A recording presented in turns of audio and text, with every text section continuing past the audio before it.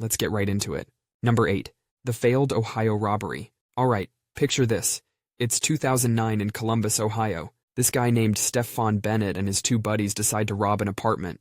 Because apparently that's what passes for entertainment in Ohio. They break in, grab a wallet and a handbag, and everything's going according to plan, until a nosy neighbor spots them. So they do what any self-respecting criminals would do. They run away. Now this is where most criminals would lay low and count their blessings, but not our boy Stefan. No, during the robbery, he apparently developed a crush on the woman whose apartment he just robbed. And what does this genius do? 2 hours later, he goes back to the apartment to ask her out on a date. Let that sink in for a moment. The dude who just robbed her came back to shoot his shot. Like, hey, remember me? The guy who stole your stuff earlier? Want to grab coffee sometime? But here's the thing. First of all, she wasn't even single. He had just robbed a couple's apartment. Second, most people aren't super keen on dating someone who just violated their home and privacy. And third, returning to the scene of a crime is generally considered a bad move. So instead of getting a date, Stefan got arrested, because obviously the victim recognized him and called the cops. Number 7. The cringiest bank robbery in Wales. So picture this. It's 2014.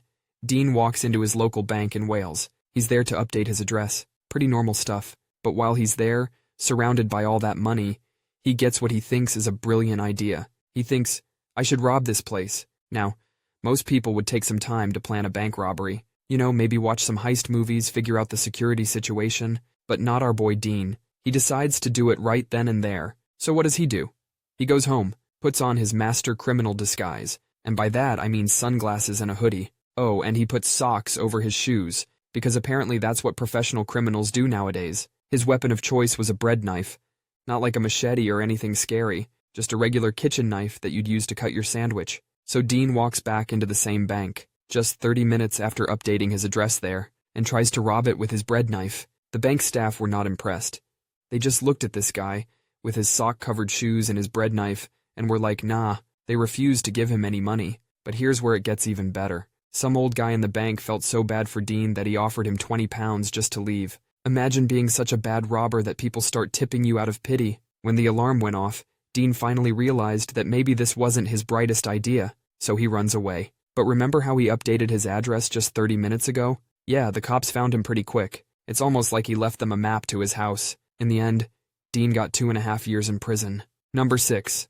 The Kentucky Rare Book Heist. Let me tell you about one of the dumbest heists in history. It's like Ocean's 11. If everyone in Ocean's 11 was dropped on their head as a baby. So, back in 2004, 4 college students in Kentucky got this brilliant idea. They thought, hey, you know what would be cool?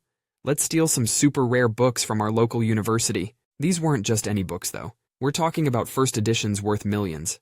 Like Darwin's Origin of Species and stuff like that. Real fancy, expensive books that rich people collect. Their first attempt was hilarious. They showed up at the library dressed as old men, like thick suits and fake mustaches that looked like they came from a dollar store. They looked so ridiculous that they gave up before even starting. On their second try, they brought a taser. Because obviously, tasers make people pass out quietly, like in the movies. Well, surprise, surprise, when they tased the librarian, she didn't quietly fall unconscious.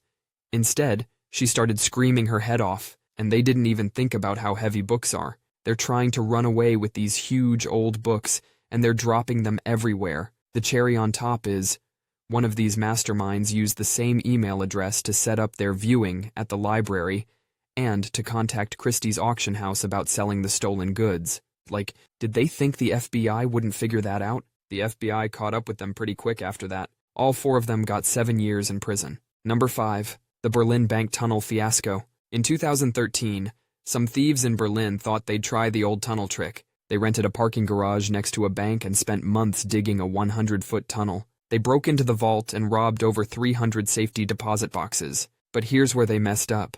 They decided to cover their tracks by setting the tunnel on fire. Now, I don't know if you've ever started a fire in an underground tunnel, but smoke tends to go up. And when smoke starts coming out of a parking garage, people tend to notice. Someone called the fire department, and, well, you can guess what happened next. The firefighters found the tunnel, which led them straight to the bank. So instead of destroying evidence, they basically sent up a smoke signal saying, hey everyone, there's a crime happening here. Number 4. The Baker Street Bank Job. Picture this. It's 1971 in London. A group of thieves think they've got the perfect plan to rob Lloyd's Bank on Baker Street, and I mean, their plan wasn't half bad. They rent a leather goods shop 2 doors down from the bank and spend their weekends digging a tunnel. 40 feet of careful digging, right under the busy streets of London. After a few weeks, they finally break through into the bank vault.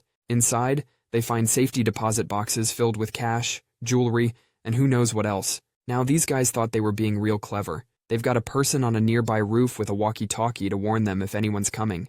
Everything's going according to plan. But here's where it gets funny. There's this guy named Robert Rowlands. He's just chilling at home, playing with his radio equipment, and suddenly, he starts picking up these weird conversations. At first, he thinks he's stumbled onto some kind of spy movie, or maybe someone's pulling a prank, but nope. He's actually listening to these idiots rob a bank in real time. So Robert calls the police. But there's a problem. These guys never mentioned which bank they were robbing during their radio chats. So the police are running around London, checking every bank they can find. Except, ironically, they don't check Lloyd's Bank on Baker Street until it's too late. By the time the cops figure out which bank is being robbed, the guys have disappeared with their loot. But tunnels have 2 ends, and one end led right back to their rented shop. Soon enough, they're caught and arrested. Number 3. The Millennium Dome Raid. Back in 2000, a gang of thieves decided to steal something big from the Millennium Dome building in London. Their target was the Millennium Star, a massive 203-carat diamond worth over $200 million. Their plan was pretty wild. They were going to crash through the dome with a mini excavator, smash the display case, grab the diamonds, and escape on a speedboat down the River Thames. Sounds like something straight out of a movie, right? So, on November 7th, they put their plan into action. They came in wearing body armor and gas masks, crashed through the fence with their excavator, and started throwing smoke bombs everywhere to create chaos. But here's where it gets funny. The police knew about the whole thing months in advance. They had replaced all the real diamonds with fakes and had officers disguised as cleaners hiding all over the place. So while these guys are trying to break this super reinforced glass with sledgehammers and nail guns, dozens of armed cops just pop out of nowhere and arrest them all. The best part is, even if they had managed to break the glass, they would have only gotten away with worthless replicas. Number 2. The Banco Central burglary. In 2005, some Brazilian thieves pulled off what seemed like the perfect heist.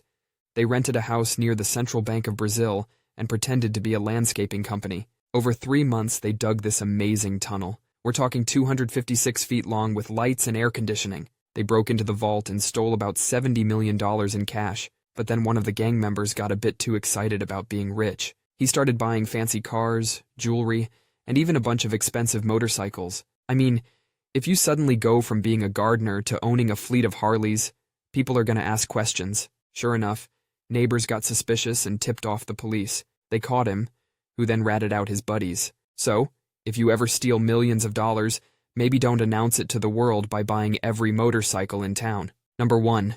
The Antwerp diamond heist. This guy, Leonardo Notarbartolo, spent 2 years planning this heist. He posed as an Italian diamond merchant, and even rented an office in the Antwerp Diamond Center. The vault he was targeting had everything. Infrared sensors, magnetic fields, motion detectors, you name it. But Leonardo and his team managed to disable it all. They stole over $100 million worth of diamonds and jewelry, and they would have gotten away with it too, if it wasn't for littering.